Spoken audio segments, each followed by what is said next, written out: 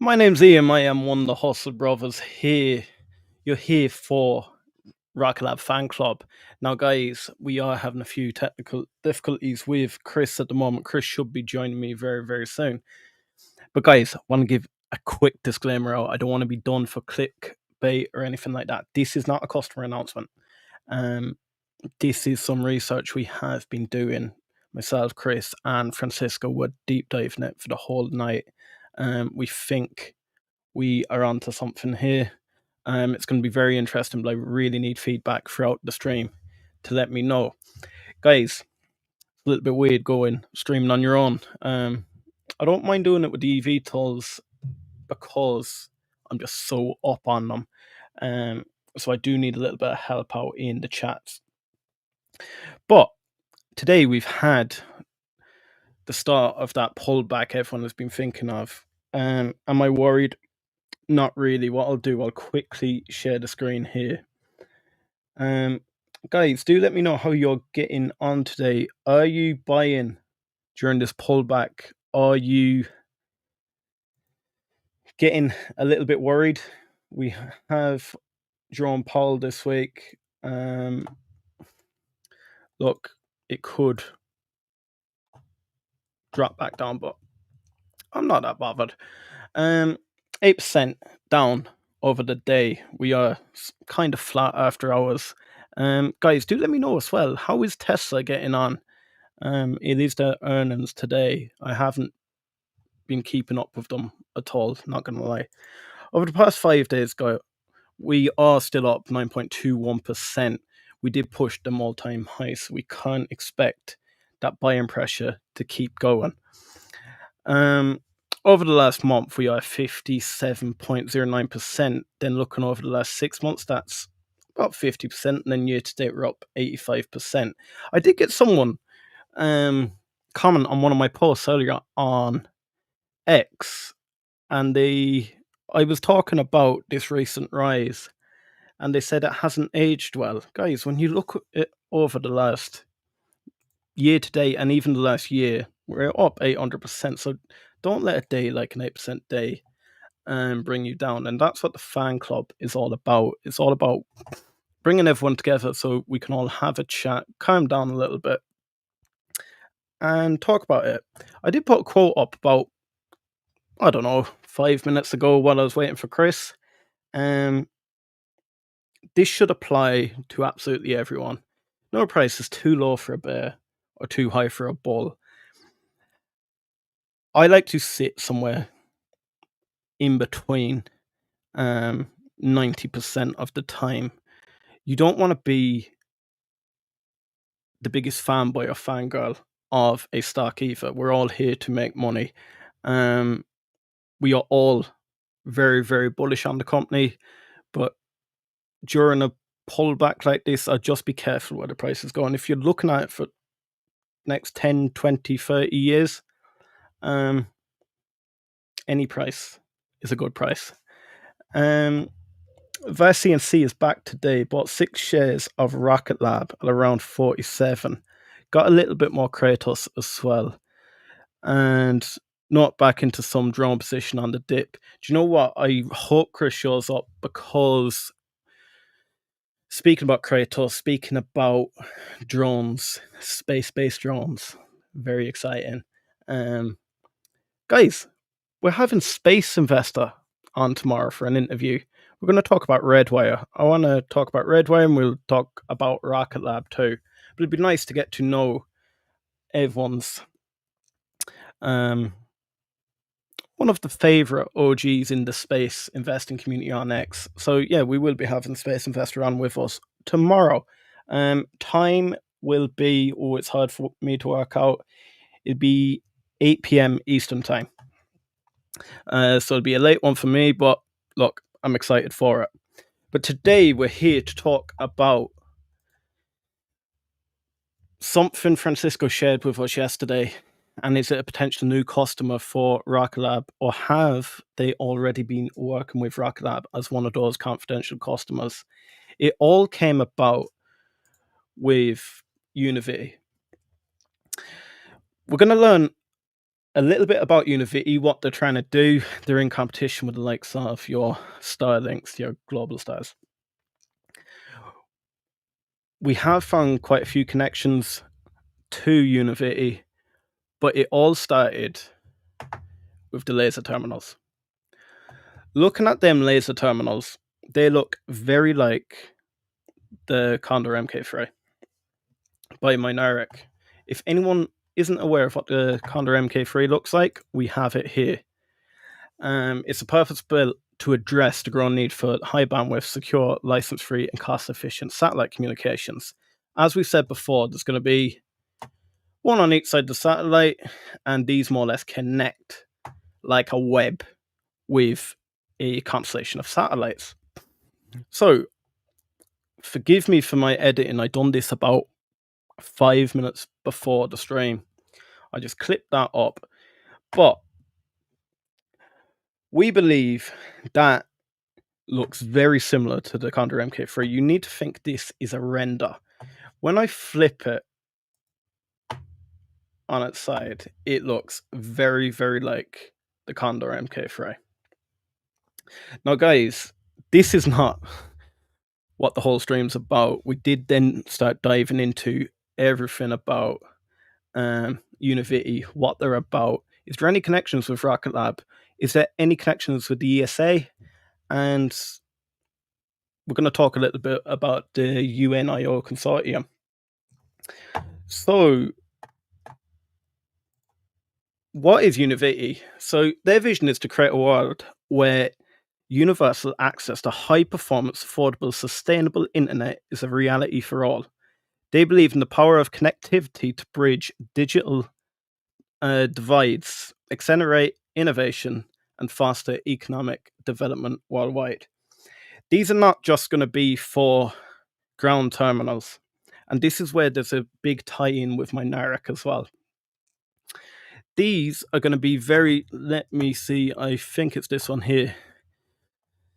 They're going to connect residential, enterprise, automotive, railway, maritime, and aviation. Jumping across to the likes of aviation, in-flight connectivity is becoming a standard expectation for passengers and a necessity for modern aviation operations. If we go back to Mynaric, we do have ground aviation and space terminals. But jumping into what Mynaric were all about, or not Mynaric, what Univity were all about, they're a French startup, and they were to launch the first 5G wave satellite internet. Now, this is where it got very, very exciting. This was to launch in June 25, so June this year. We did have a confidential customer. If I can remember off the top of my head, it was the 28th of June. So that really perked our ears up. Me and Francisco were going back and over last night. After last night's stream, we must have stayed on for a good 45 minutes researching this. And then for the whole day today, we've been back and over with each other. Francisco can't come to these at a baseball game. So I'm trying my best to get our research on, my guy. So again, look, it's very, very like a Starlink type operation, but they will be the first to do this 5G wave spectrum tech. Could be competition for ASTS. Just put that out there, but I don't want to upset them boys. So then we sort of started seeing was there connections between Mynaric and... No, I'm going ahead of myself there. So they were meant to launch, it was the 23rd of June, I believe. Yeah, it doesn't say a date there. It was the 23rd of June this year.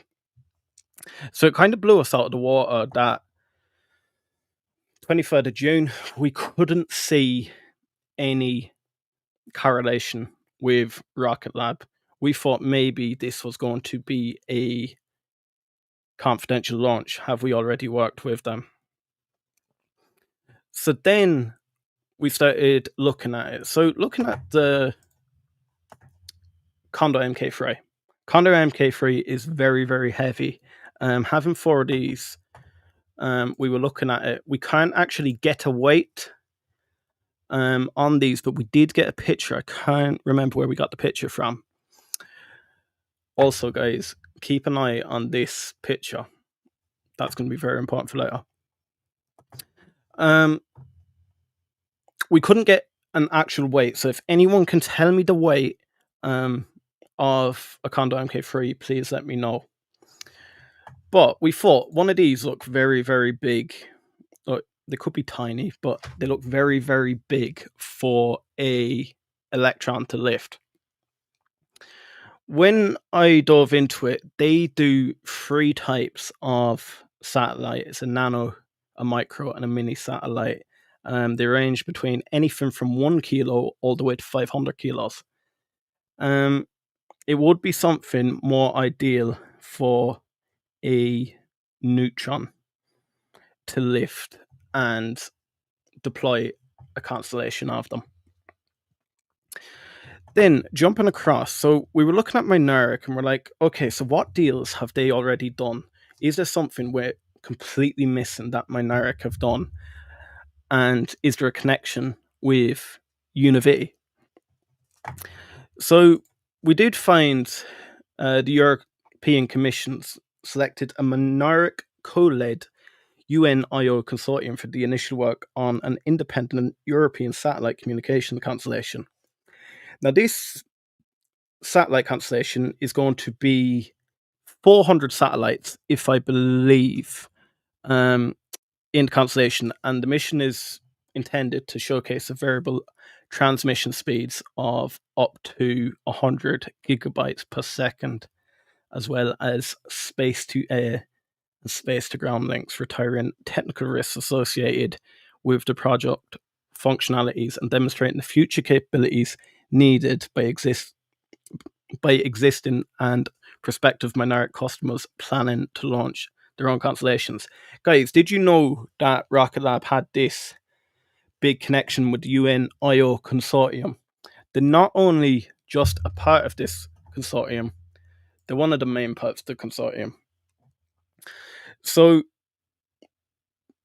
this is going to be the backbone of Europe in space. The European satellite constellation, it'll be the hyper-secure communication, new space, laser link system, quantum-style security, reliable data communication, network equipment system concept, and deterministic Ethernet. So looking at what this whole project is, the aim of the project was to unite the forces on the continent. So one of the European Space Commission's 2 study tenders is addressed to SMEs and startups for the so-called new space era.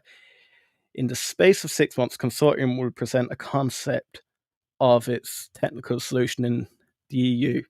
You recognize that picture there, guys.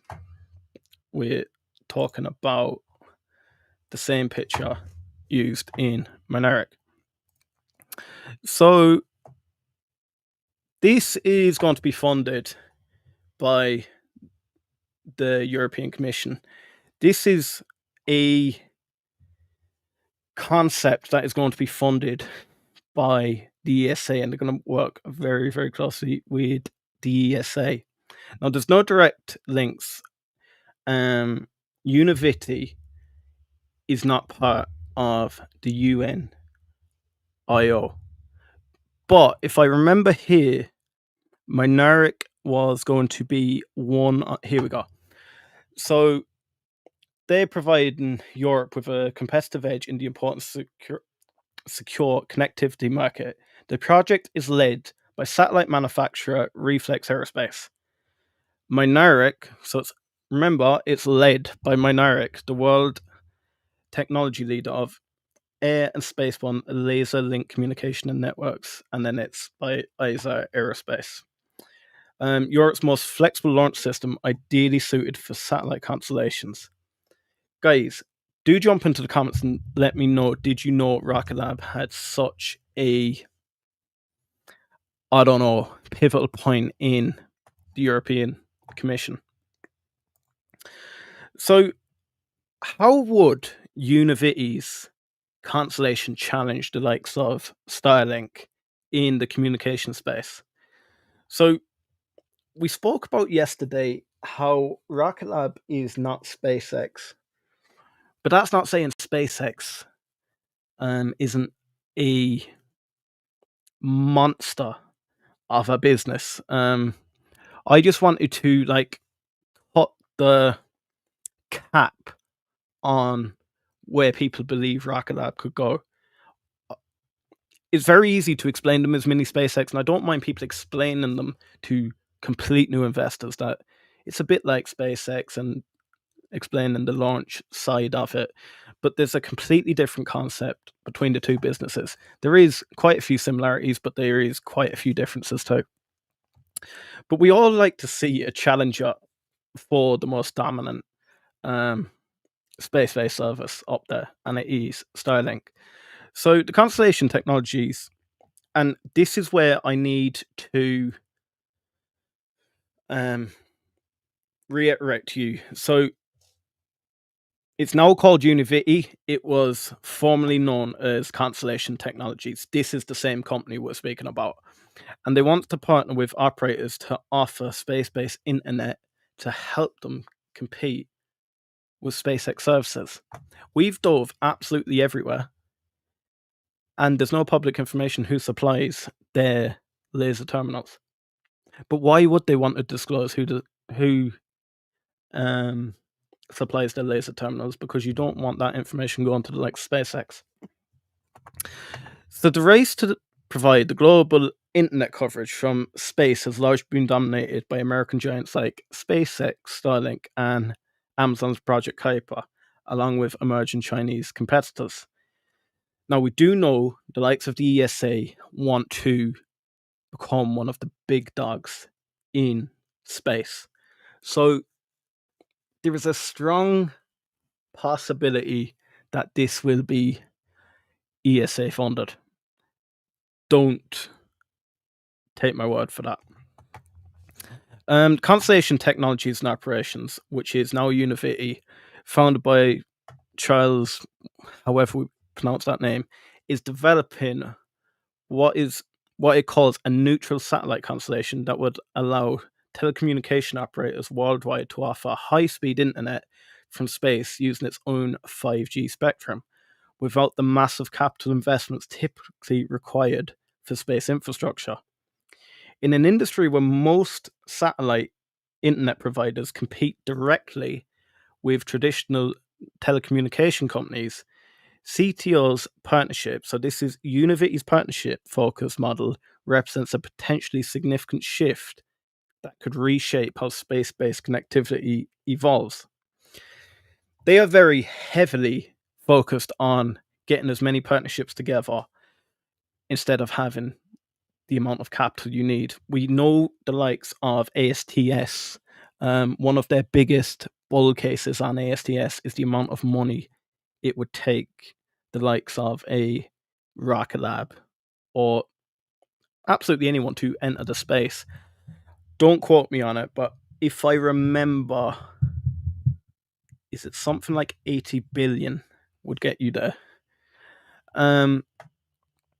The stakes are enormous. Despite decades of terrestrial network expansion, millions of people worldwide still lack reliable internet access, particularly in rural and remote areas where extending fiber optic cables and cell towers remain economically challenging.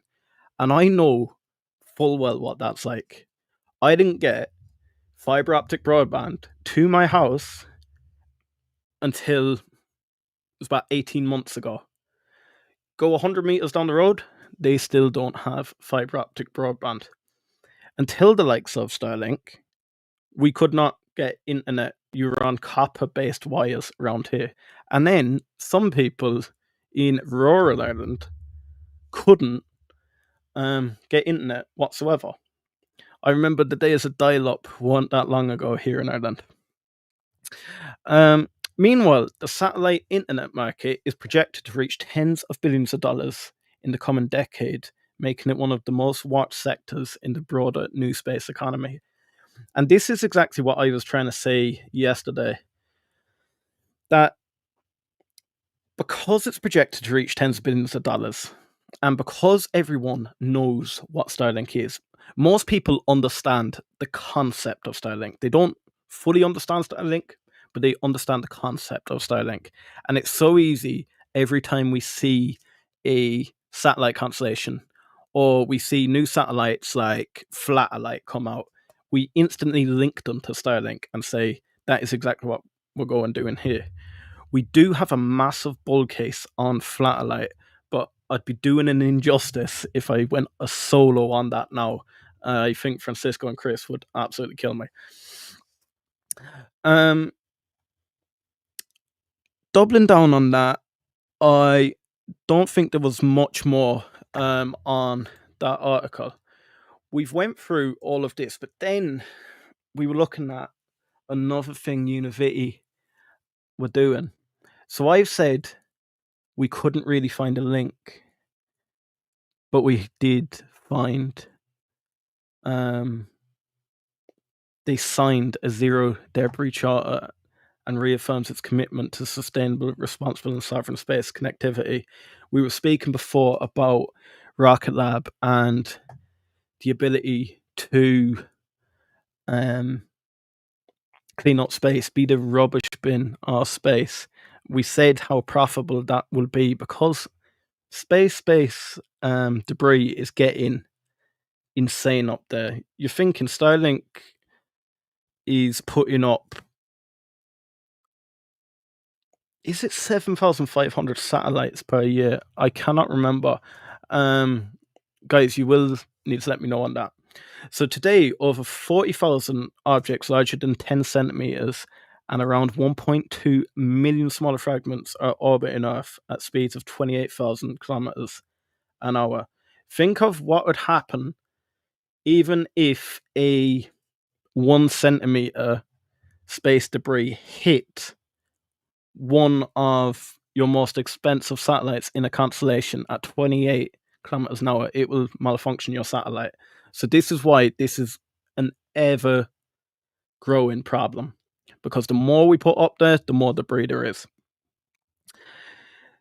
The sharp increase in space debris threatens satellite safety, future mission viability, and more broadly, the free and open access to space, a critical resource for telecommunication, defense, Earth observation, and scientific research. Now, this is where I could see Rocket Lab massively getting on a project like this. It only really came to me when we started deep diving this. So we need to think about it. If we're going for a laser-based web communication system, so instead of using the likes of your traditional radio waves, we are now using laser high precision lasers. Well, there's a bit of a problem using lasers because they're incredibly accurate. We've said this before, that yes, they are hard to intercept, but that's because of the small nature of them. You say there's 40,000 objects larger than 10 centimeters flying around the planet at the moment. This is going to go exponential as the space economy proliferates. You don't want not only any of these larger objects interfering with your physical satellite constellation by hitting them, but you also don't want them interrupting the laser signal between your constellation. And this is where I really could see Rocket Lab getting involved in a space cleanup mission. So, in response to the growing concern, and in parallel with updating its own internal requirements, ESA has decided to raise awareness and support the global space community in co-developing a collective framework for debris mitigation. ESA acted as a facilitator, ensuring an open and collaborative process where all organizations could participate equally, fostering a sense of shared ownership. Over 100 organizations contributed to the co-development, and as of June 25, the charter has been signed by 180 organizations, including 20 states. So speaking then about Univity, they represent a new generation of space with the built-in environmental accountability. And then thanks to the exclusive position in VLO, Univity is developing a long lifetime satellite constellation engineered to naturally disintegrate within weeks or months after the end of life under any circumstances, leaving no trace. This design drastically reduced the long-term generation of debris and minimizes light pollution, especially when compared to Constellation in higher orbits, such as Leo or Mio. Now, we spoke yesterday about dilution. If you were Adam Spice, would you be banging your hands on the table now and saying, please dilute, let's get more capital? Me and Francisco had opposing opinions about it. We both thought it would be a great idea for them to dilute now and get capital on the books. Francisco would like to see the proliferation of Flatellite. I would like to see even more acquisitions. I genuinely think Rocket Lab need to work with the fundamentals of a bamboo plant. If we look at bamboo takes 5 years to grow its roots. It will stay tiny for about 5 years. No, 6 years. And then over the space of 6 weeks, it shoots up exponentially. And that's what I would love to do. The bigger the foundation, the bigger the roots, the quicker you can shoot up at the right time. I just don't want to proliferate too quick with the likes of Flatellite, while Neutron, we need to think Neutron is still in development. Even if we get a successful first mission of Neutron, the scaling up of it, we're looking at about, is it 3 Neutrons the following year? Are you going to put Flatellite up on another provider? It's not something Peter Beck is really pushed for, but no, guys, do let me know. Chris, my guy, where are you, brother? Guys, do let me know about Univity and Mynaric. Do you think this is the same laser terminal? You need to remember this is a render, so it's not going to look identical. But if you change the orientation of it, it fits nice and snug in. I honestly do believe the fact that Rocket Lab are one of the prime participants in the UNIO. Rocket Lab are partnering heavy with the ESA. Now, you got to think the ESA are planning on a 400 satellite constellation. The prototype being sent up that has been signed by Rocket Lab, it's 2 satellites under 1 launch. What's saying Rocket Lab can't get that? They're using Mynaric now, so why wouldn't they let Rocket Lab provide it? It'd be an ideal mission for Neutron. But coming back to the laser terminal, yes, there's no direct evidence that that is the laser terminal. Out of pure, I don't know, optimism, I believe it is too, but I have never really seen many laser terminals. So look, they all could look more or less the same, but to me that's the Mk3, the Condor Mk3.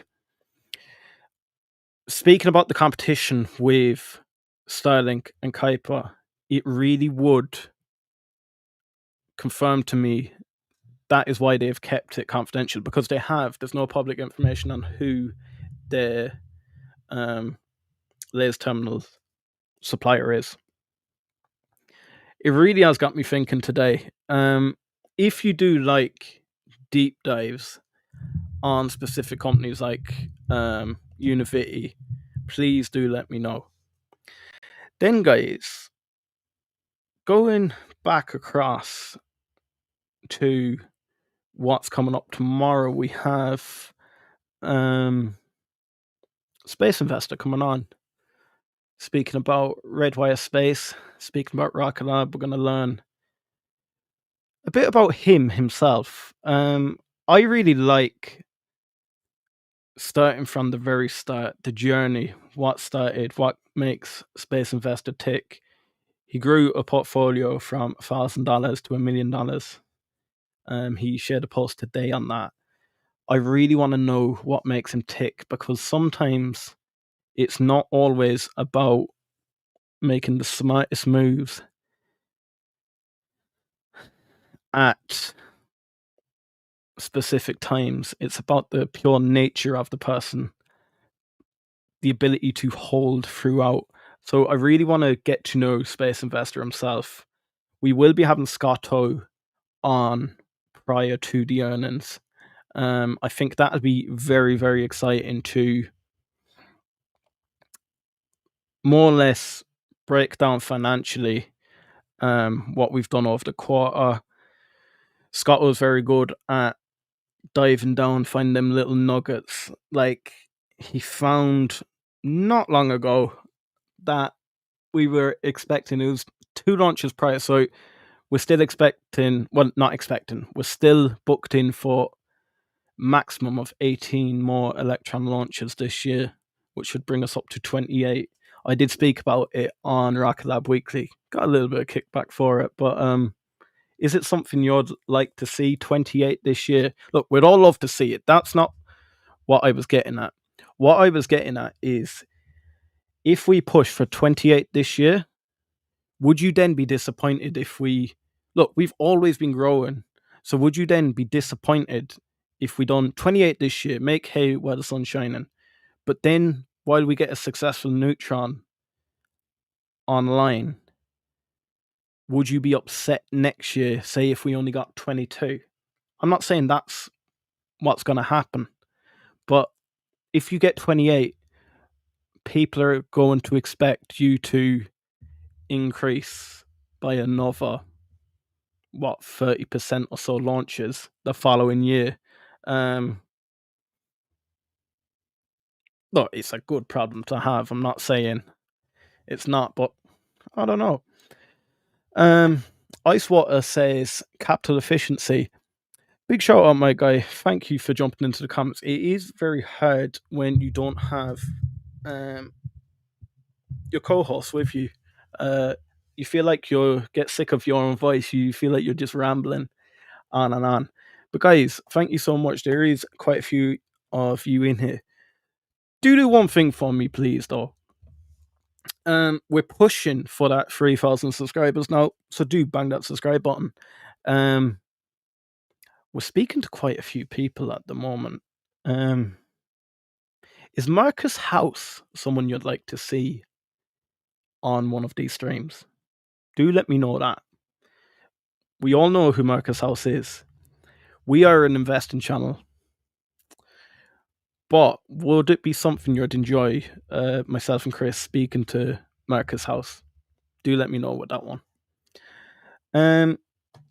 So then going back to VCNC, down 5% today, but up 100.48% on my 3-month return. So I can't not be happy. Do you think this is a potential acquisition or strictly a client? So we're talking about Univity. It definitely is a potential acquisition because of the problem Rocket Lab will encounter using Mynaric if we don't sort out the problem of space-based debris. Now, the problem is with this kind of project, it's not going up there and going on a cleanup. This is more just showing the concept of we can make more or less biodegradable satellites. Now, that is the complete wrong word. I'm not saying the satellite is alive, but yeah, it'd be like saying they'll make a satellite that can break up. Now, look, Rocket Lab, I am pretty sure they're able to do that already if the push came to shove. But I would like to see Rocket Lab going in. Look, they've proven they can go to a precise orbital insertion to the accuracy of, what is it, within 30 meters or so. So yeah, that'll only increase going forward. So I honestly do believe there'd be an ideal option. Look, Electron would be such a cheap vehicle to go up on space-based cleaning. It honestly would. Then you also have satellites that are more like macrophage cells, where they'll grab a hold of space-based debris and more or less pull them back to Earth and burn up in the atmosphere. That's another thing Rocket Lab could go after. But no, I believe this is more of a client at the moment. I don't believe Rocket Lab are pushing for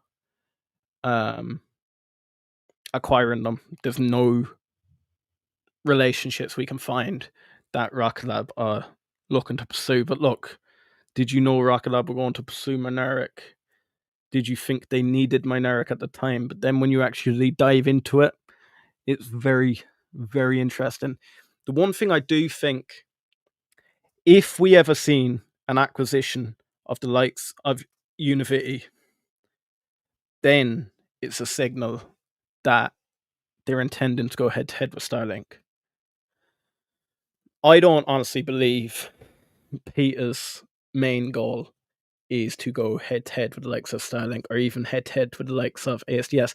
However, their approach is very Peter Beck. Peter Beck worthy of. Look, it's not very capital intensive. They're doing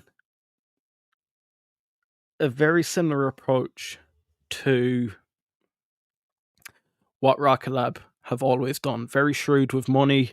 They're going to use partners in order to save capital. It would be a way for Rocket Lab to quickly get into the Starlink type business, but nah, look, that'd be honestly shooting down a rabbit hole. I don't think they're going to acquire Univity. I do think it is a strict client base at the moment anyway, but never say never. EU Launchpad when? Who? Rocket Lab? I'm not the man to ask that. I think Chris has a theory around an EU Launchpad, but I don't want to put words in his mouth either. Chris can come on and explain. AJ MJBC. Starlink is a big market. I don't doubt that. Starlink is a massive, massive market.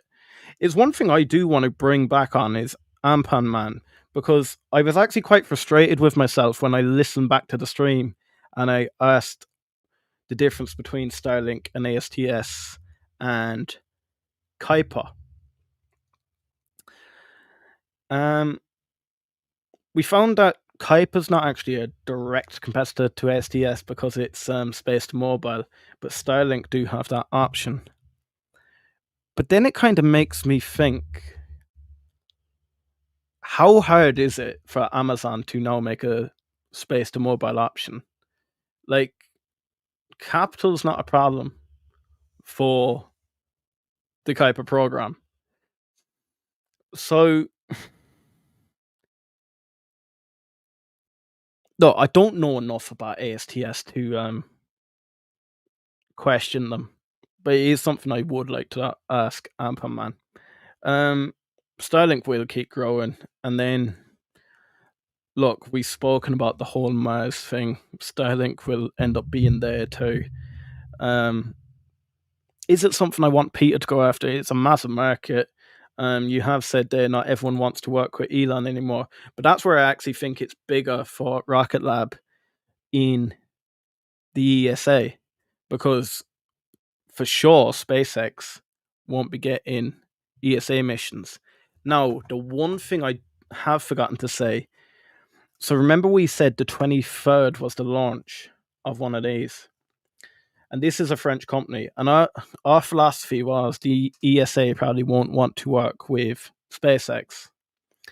But on the 23rd of June this year, this went up on a Falcon 9.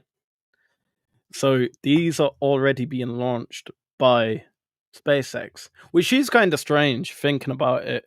We know they're going to be a direct competitor to Starlink, and it kind of like pushes my question of like my whole thing about the reaction with customers that time. Matt Money says, how is this channel called the Hustle Brothers when it's only Liam? Do you know what? Sometimes it does feel like that. I feel like I'm calling myself Hustle Brother more than I call myself Liam. But no, honestly, love my guys. Matty, we need to get you on soon. I want to get you on to chat about Rocket Lab again. Do you know what would be very funny, but it wouldn't be fair on you, my guy? I genuinely think you and Space Derivatives have a lot more in common than you think. And I think there was a bit of miscommunication. I don't want to get involved in the middle. Would be cracking though to have the two of you on.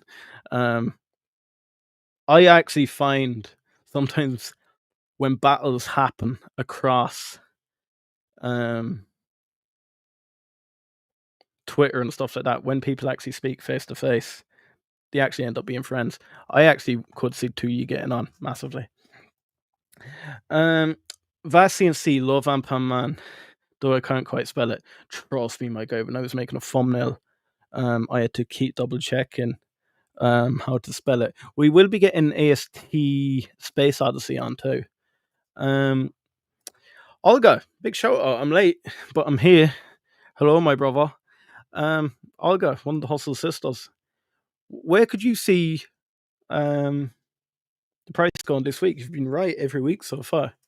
No, not financial advice, just a bit of fun. But honestly, are you holding during this pullback and just waiting for it to pull back further before you add a little bit more? Or are you just constantly adding? Guys, as a community, do you think we are going to push much further past the all-time highs before Neutron? I don't know. I think we've had a bit of a push now. I could be completely wrong. I could see us maybe going back to $40 or so. Even 35 or so, consolidating around there for a while, building that base up. And then, look, every person and their cousin will be buying Rocket Lab when they see Neutron on that pad. But that's not financial advice. Don't be just jumping out and trying to time everything. Vaseline C, because we're here. Matt Money, there's a pullback. Do you know what? I said it earlier. I had someone jump across to me on X and say that my positive pulse about Rocket Lab and a bad timing. And look, when we looked at it over the last year, we're up 800%. So yeah, I do agree with that. Pull back when you pull it back out, it's very, very minute. Olga, lol, this week is going to be a little red. I'm holding and trying to add any chance I get for Rocket Lab. Oh, I'm going to get killed for this one, but it is actually quite an interesting thought. Myself and Reese, so any of you guys that don't know who Reese is, he is my brother that I set up the channel with. He runs primarily the eVTOL side of the channel, and we always have discussions about everything to do with the stock market. And we were sat there thinking, and we're like, okay, Rocket Lab's done that massive run up. Tesla is so volatile. Could we ever see, I don't know, this is where you sort of get a little bit caught up in yourself. With the likes of Tesla, I have quite a big Tesla position. Would you see Rocket Lab 10xing from today's price quicker than you'd see the likes of Tesla 10xing? You gotta remember, full self-driving being rolled out, and we can't put a valuation on Optimus. Cathie Wood is expecting it to go to $2,600 in the next 5 to 10 years, and that is without valuing Optimus into it. She said she can't put a value on Optimus, so just left it out, and she reckons that's conservative. What makes me think about this is, look, I am not looking at selling my Rocket Lab position, so before someone jumps in and say he's looking at selling and putting in Tesla, no. What I'm saying is, I am so highly convicted on Rocket Lab at the moment that would it be a smart move to take a little bit more out of Tesla and throw it into Rocket Lab? Now, I do realize I'm speaking to a load of Rocket Lab bulls here. I said sometimes it's nice to speak to my eVTOL community and talk about these kind of things, because everyone's going to say to me here probably, go 100% Rocket Lab, and everyone in the eVTOL community is going to say, go 50 Archer, 50 Joby. But do let me know. Yo, what's up, Liam? Matt Money, what's up? Love listening to you, Matt. You always have wise words to say about investing. Keep it up, y'all. Do you know what? I think Matt is honestly one of my favorite creators out there, and that's not just because he's here. We did have quite a bit of a chat about Cash Flow Chronicles. That is what kept us on the straight and narrow. Guys, if you don't follow Cash Flow Chronicles, you really have to jump in and check it out. Live long and prosper. Is that what Stock Trek Girl says? She normally says something like live long and prosper. Would you like to see Stock Trek Girl on? That is a very interesting one. I'm trying to get over the line. Matt, you weren't meant to say that, my guy.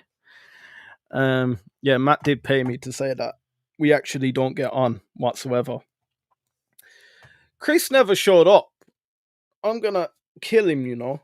Do you know what? It was really frustrating because myself, Chris, and Francisco were like getting so excited about this whole project, about Univity, and it was about an hour ago. Found out Francisco can't be here because he's going to an event.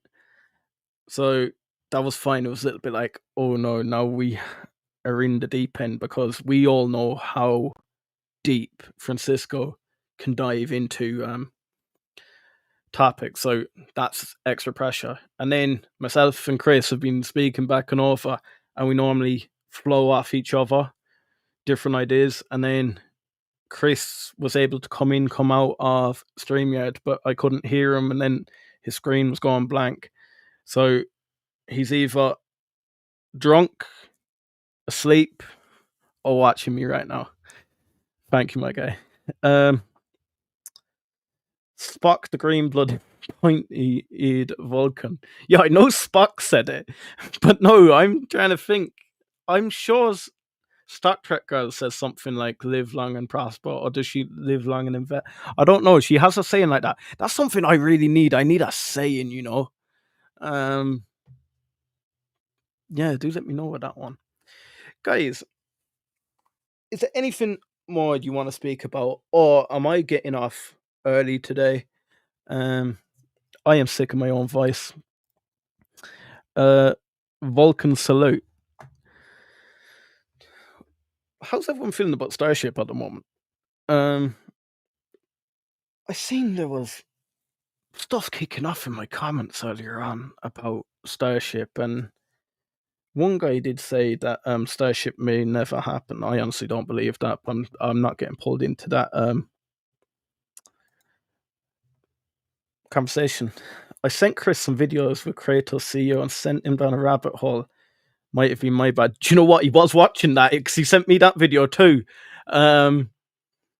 It's like 19 minutes long. I was going to jump into that.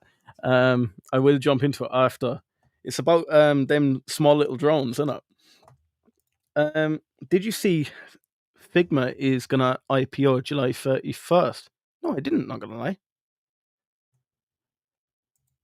Any news about the trip to Jupiter? I have nothing. Guys, who have we got here? We've got SpongeBob. How are we getting on, my guy? I haven't seen you in a while just because I was on vacation there last week. Do you guys want a deep dive of my vacation around Italy? I could drop a video on that and what I learned about the stock market. I did learn quite a few things. It's a little bit philosophical, and I don't really class myself as a philosophical person. But looking back at ancient history and that, it did make me sort of contemplate the whole stock market. You know, I'm mad into human psychology.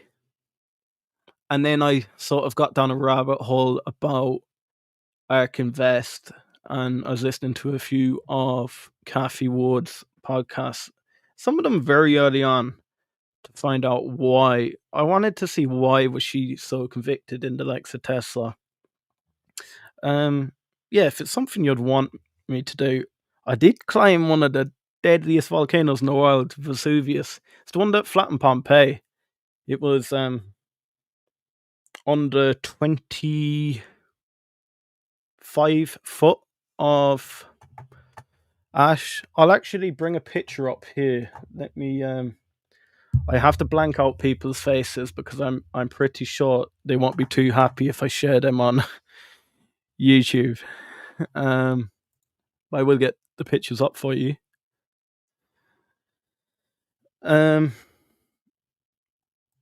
Yeah, and I've stayed in a place called Naples. Look, a pretty rough place, I can't even lie. The missus nearly got pickpocketed. And she's like quite a small girl, like, and next thing she lost her head with your man. It was so funny. But yeah, they reckon Naples, it's 3 million people live in it. So like for Europe, that's quite a big city. And the tour guide reckons that Vesuvius, when it erupts, it will. Well, there's a 99.99% chance of it erupting again. And he believed that it'll completely wipe out Naples. I do have a story on like why that correlates with the stock market. But yeah, let me share the screen here. Let me make sure no one's face is on it. So there we go. There's me up looking at the crater of Vesuvius. You're gonna wonder why Jim Cramer's face is on it. That is a inside joke in the Hustle Brothers.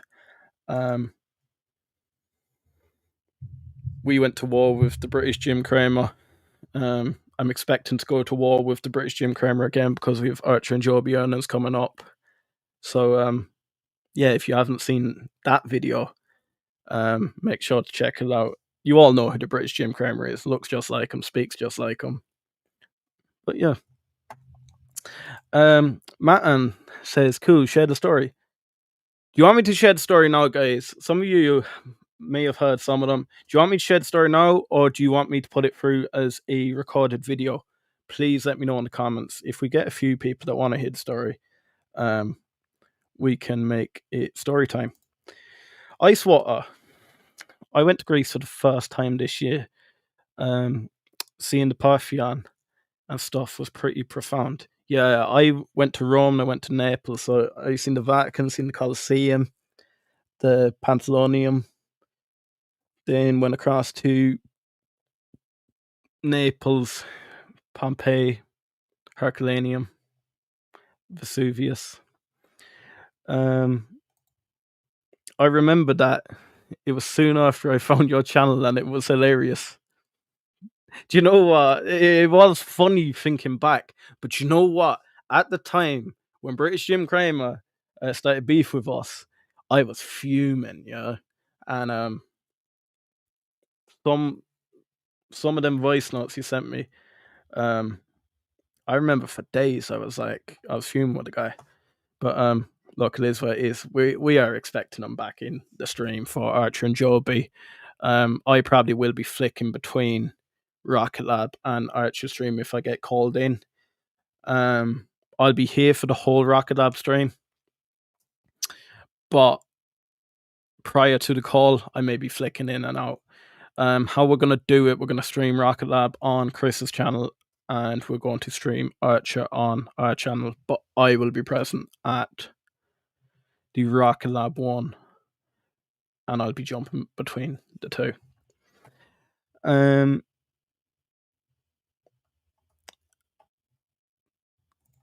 If Cathie Wood stayed out of biotech, her portfolios would be much better.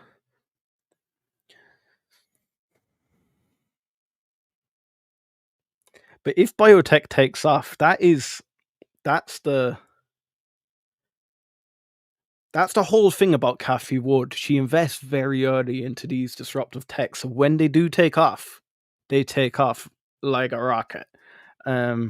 She was very early in Tesla, in Palantir, very early in Nvidia.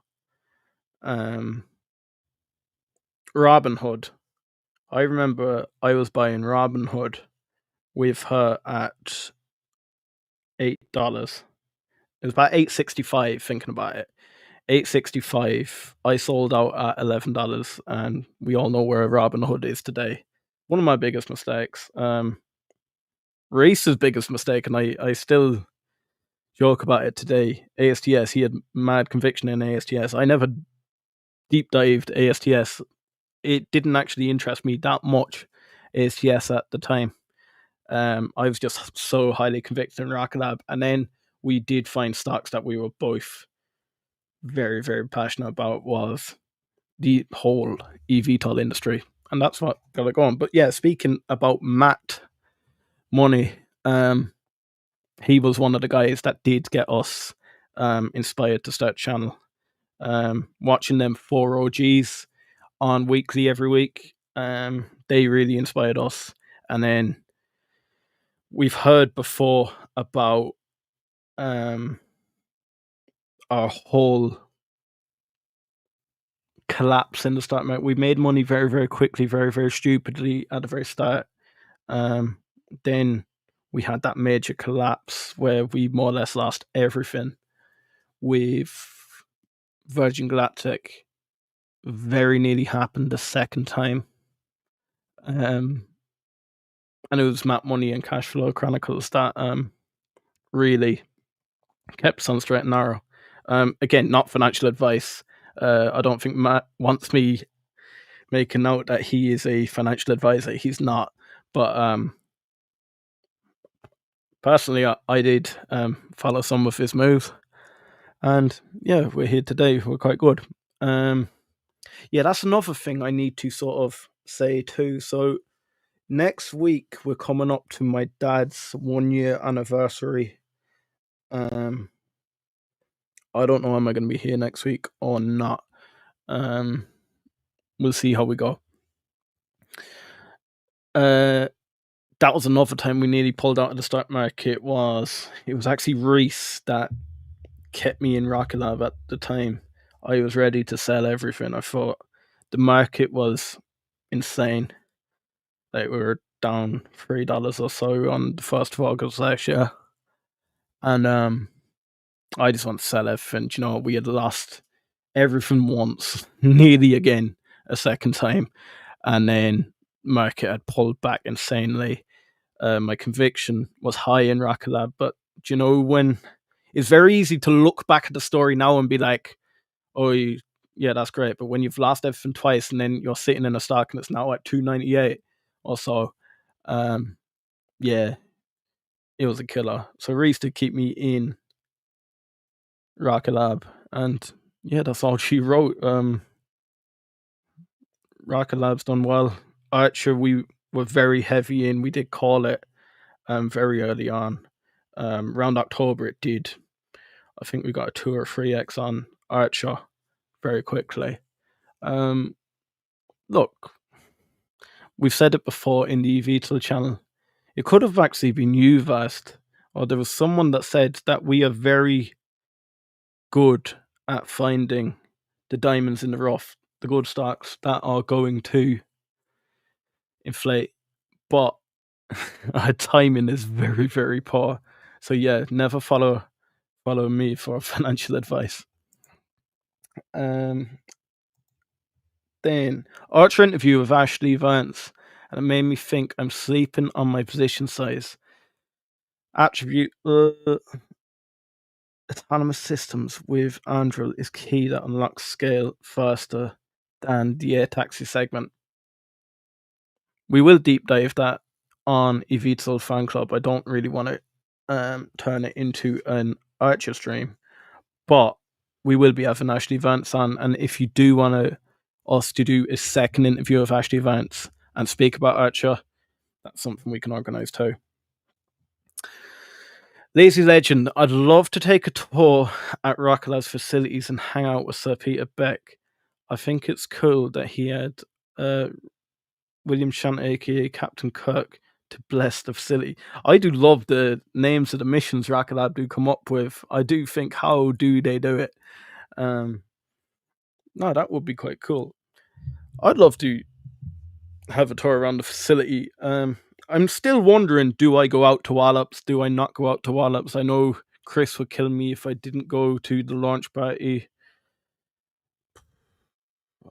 I really don't know. Do I come? Do I not? I know I'm going on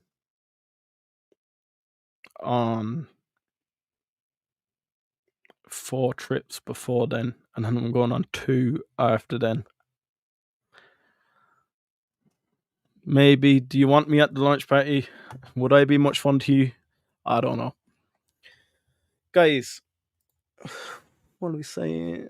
When I was doing my research about RKLB before I jumped in at 7, the movie Wild Space seeing Peter Beck ride the rocket bike is what sold me best CEO ever. Wild Space, I remember actually covering that in a video. That was very early on in the channel as well.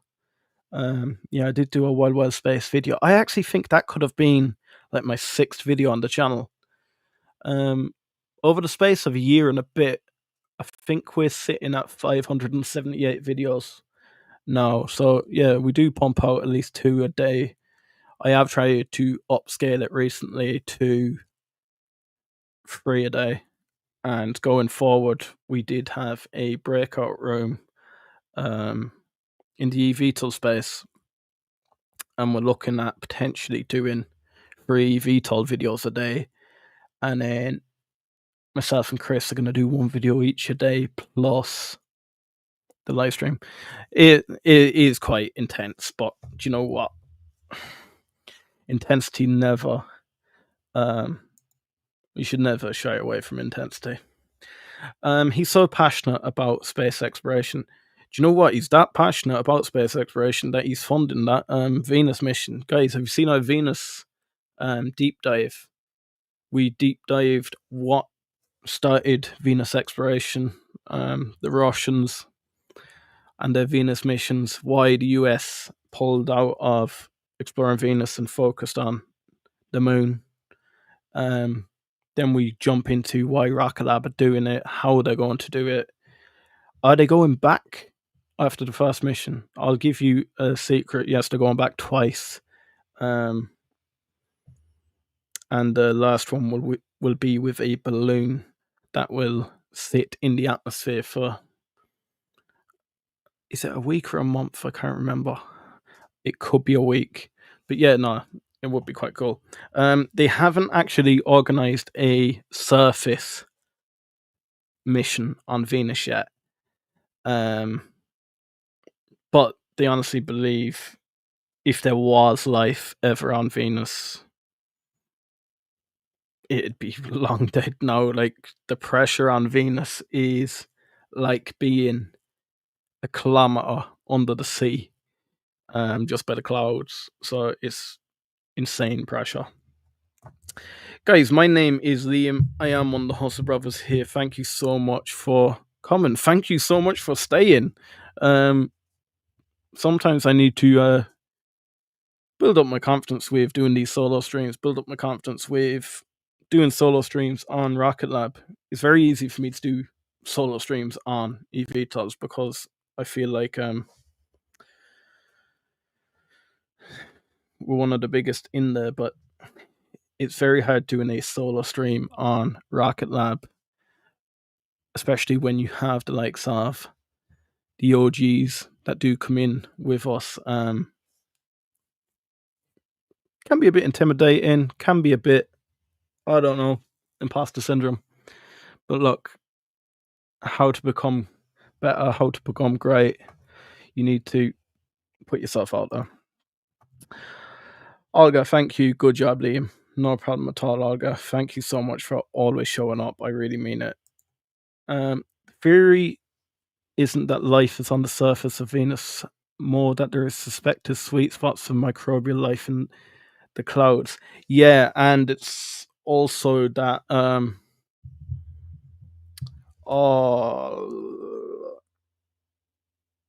phosphine, this organophosphenes that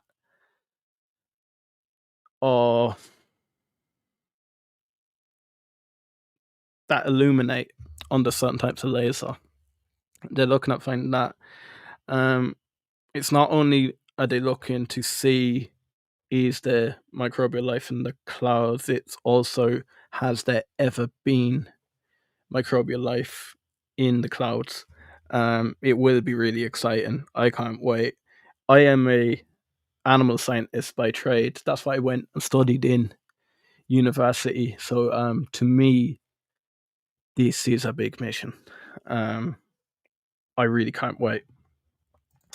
SpongeRob, yes. You know what, my guy? Thank you so much. Guys, yeah, my name's Liam. I am one of the Hustle Brothers here. We are here daily. Make sure to bang that subscribe button. But also, on the way out, please, my guys, hit the like button. We're starting to get bigger and bigger crowds every single day. So thank you so much for showing up. And yeah, I'm going to keep pushing. I'm going to keep doing more research. Do jump into the comments and let me know. Do you prefer me and Chris jump down rabbit holes? Or do you like stuff like this where we dive in, we have all the research there and do it? Or do you want a little bit of a mix of both? Do let me know. Right, guys, until tomorrow.